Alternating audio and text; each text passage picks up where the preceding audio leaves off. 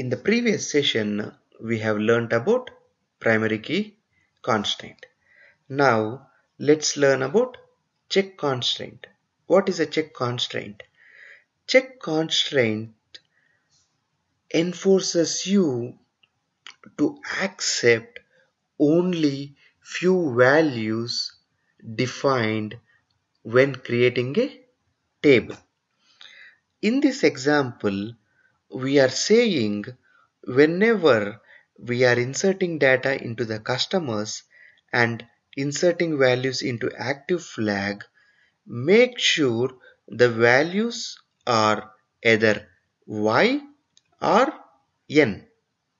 That means it cannot accept any other values. In this way, check constraints validates for a certain set of values and make sure only those values are accepted. Now let's go and check it. Before we create the table, let's drop the table. So we drop the table and then let's create a new column. Active flag, and I want it to be a character column, and I want to enforce a check constraint where the active flag should accept only two values. It should be Y or N. So here I am mentioning check active flag in Y or N and run it. So table customers created. Let's check the data. Obviously, since we created the table, there will be no data.